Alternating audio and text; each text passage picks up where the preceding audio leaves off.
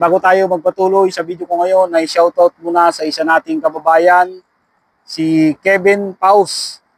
Pa-shoutout Kuya Pins, waiting with mahir sa susunod na massive selection KLT22. Shoutout sa iyo kabayan at sana ay masilik na kayo sa darating na massive selection.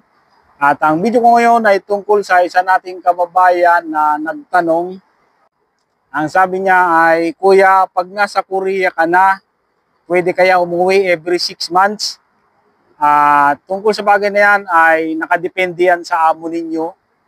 Kung papayagan kayo magbakasyon every 6 months, nakadepende talaga sa amo dito kasi mayroong mga company dito na busy talaga at nasa pakiusap naman yan.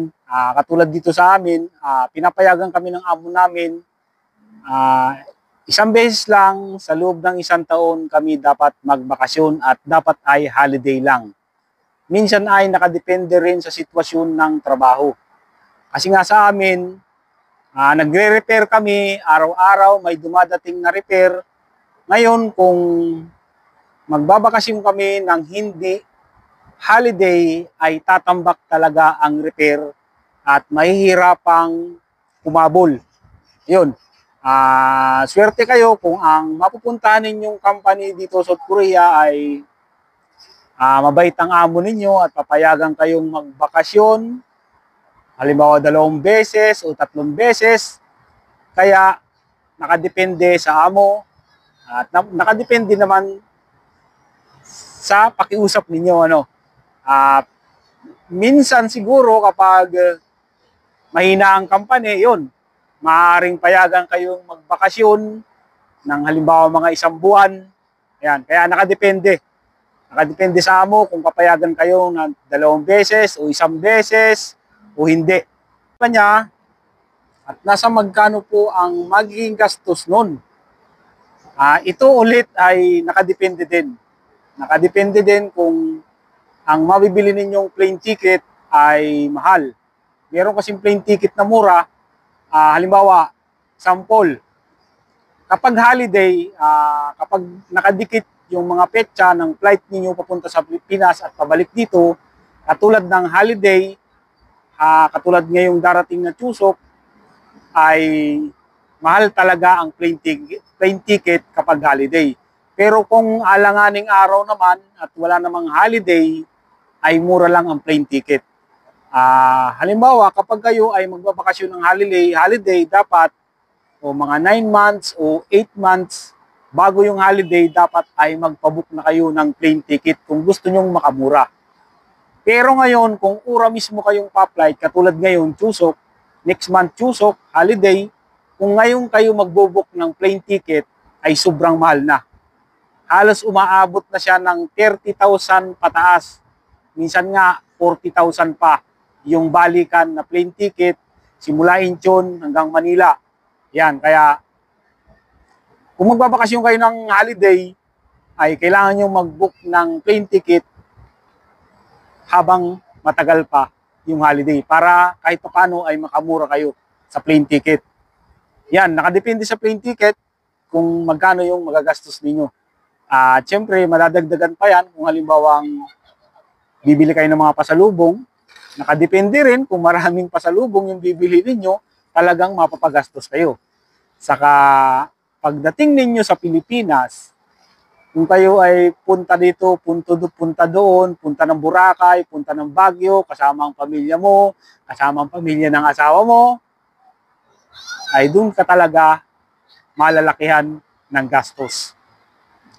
Kaya nakadepende yan sa inyo kung paano kayo gumastos. Kapag nagbakasyon kayo, doon nyo malalaman kung magkano ang mauubos ninyo. Ako, pag nagbabakasyon ako sa Pilipinas, kasi, alanganin din kasi yung binibigay sa amin ng mga araw eh. Kasi kalimitang binibigay sa amin na bakasyon ay 10 days lang. Kaya hindi ka rin makakapunta ng malalayong lugar. Ayun, bahay, punta ng SM, yun. Tapos may medyo may malapit na mga swimming pool, na mura lang naman ang bayad dun sa banda dun sa amin. Ayun, yun yung pinupuntahan namin. Pero sabihin ko na mag-out of town kami may pamilya, ay medyo malaking gastos na yun. Kaya doon lang talaga kami. Kaya yun, nakadepende sa inyo pa rin. Pero ang pinakauna talaga dyan ay yung pagbili ng plane ticket. Kung sa company nyo naman ay pumapayag naman yung amo ninyo na magbakasyon kayo ng alanganing araw, yung hindi holiday ay mas maganda kasi makakamura kayo ng plane ticket. Ang plane ticket ko ay inabot siya ng 16,000.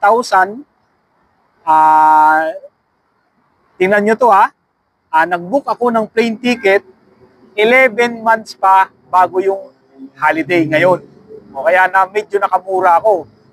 At kung ipapalagay naman natin yan na magbabakasyon kayo ng alanganing araw, yung hindi holiday, ay papalo lang yan ng minsan nga mga yung balikan na plane ticket dito, minsan mga 8,000 lang, pababa, yan, makakamura talaga kayo. At sabi pa niya, tsaka kapag nasincere ka, ilang months bago ka makabalik ng Korea. Sa akin noon ay 3 months ako. 3 months yung inilagi ko sa Pilipinas nung bumalik ako dito ng sincere worker. Yung iba minsan inaabot ng 4 months. Nakadepende sa amo ninyo kung aasikasuhin niya agad o bibigyan niya agad kayo ng CCBI. Ibig sabihin, pag pinadalhan na kayo, nagkaroon na kayo ng CCBI, ay kailangan nyo nang mag-process ng mga dokumento para makabalik dito sa South Korea. Ayun, kalimitan 3 months ang tinatagal sa Pilipinas ng mga sincere worker bago makabalik dito sa South Korea. At tungkol sa sincere worker ay marami na kasing lumalabas na balita dito na parang di tayo sigurado dito kasi bali-balita pa lang. Parang tatanggalin na yung sincere worker. Siguro baka by next year. Balita pa lang yun. Kumbaga pinaplano pa lang na ganun ang gagawin. Halimbawa, unang contract ninyo dito sa South Korea ay natapos nyo na yung 4 years and 10 months. Ibig sabihin, kung gusto pa kayong pabalikin ng amo ninyo as a sincere worker, ay uuwi kayo ng Pilipinas. Ang lumalabas na balita dito ngayon sa South Korea ay pagkatapos ng 4 years and 10 months, ang sabi doon ay hindi nyo na kailangang umuwi sa Pilipinas at extend na lang siya ng extend ng 3 years. Ayun. Pero wala pang kasiguraduhan ito at ito ay pinag-uusapan pa lang siguro. Hindi malaman dito kung kasama yung mga ex-core o kasama kaming mga sincere worker. Pero malamang kapag inaprubahan yung batas na yun, sigurado ito ay dun sa mga baguhan pa lang na hindi pa nasisincere. Sigurado yun. Dun sa mga ex-Korea or mga sincere na katulad ko ay 50-50 pa yan na mapasama kami dyan. Walang kasiguraduhan. Ayun. Dito tayo mga kabayan sa stadium. Walang laro ng baseball ngayon kaya dito ako nakagawa ng video. Ayan. Walang halos katao-tao.